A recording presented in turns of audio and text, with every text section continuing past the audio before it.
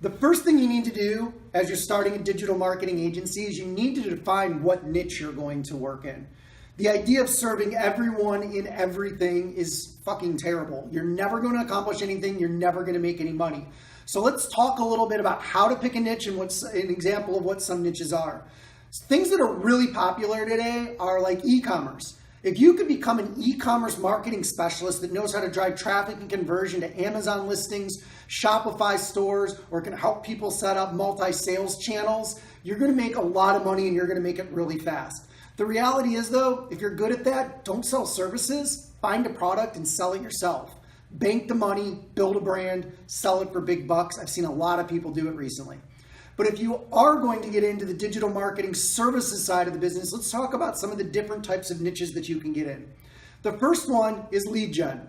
To me, this is one of my favorites. Whether it's SEM, SEO, social, content marketing, if you can generate quality leads for businesses, you will never be short of work. This will give you an opportunity to set up basic ROI models so that you know how much money comes in, how much money is generated, and you know how to set up basic conversion tracking and then drive that traffic. Again, another way you're going to win every single time. Now, I do see a lot of people niche down into specific traffic channels. So let's say you want to start a Facebook advertising agency. Those are super hot right now. You can make a ton of money. People will pay you $1,000 to $2,500 a month in retainers just to manage their ad spend. I come from the old school SEO days. Been doing it for 20 years and have built multiple agencies around the SEO channel.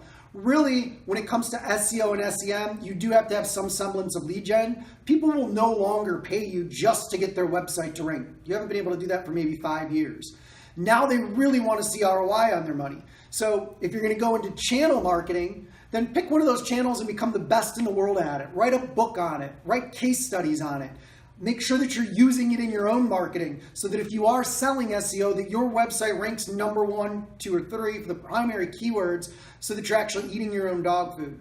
So we've talked about like some of the macro niches that you can go into. We've talked about a little bit more middle of the road traffic channel niches, but let's talk about actually industry specific. So I work with a local marketing agency called Clixy that works primarily with law firms, healthcare, med spas, and some nonprofits. So it took a lot of time to get to that. They're an 8-year-old firm that started primarily with law firms. So my advice to you is to pick a specific niche and become the best that you can possibly be at it. So you can say that I want to be a local marketer in Cleveland, Ohio. I'm going to pick up 5 or 10 different businesses in and around Cleveland. Maybe it's a dentist, it's a lawyer, it's a chiropractor. Or go into, I'm going to do chiropractic marketing and I want to have one chiropractor in each of 25 different cities.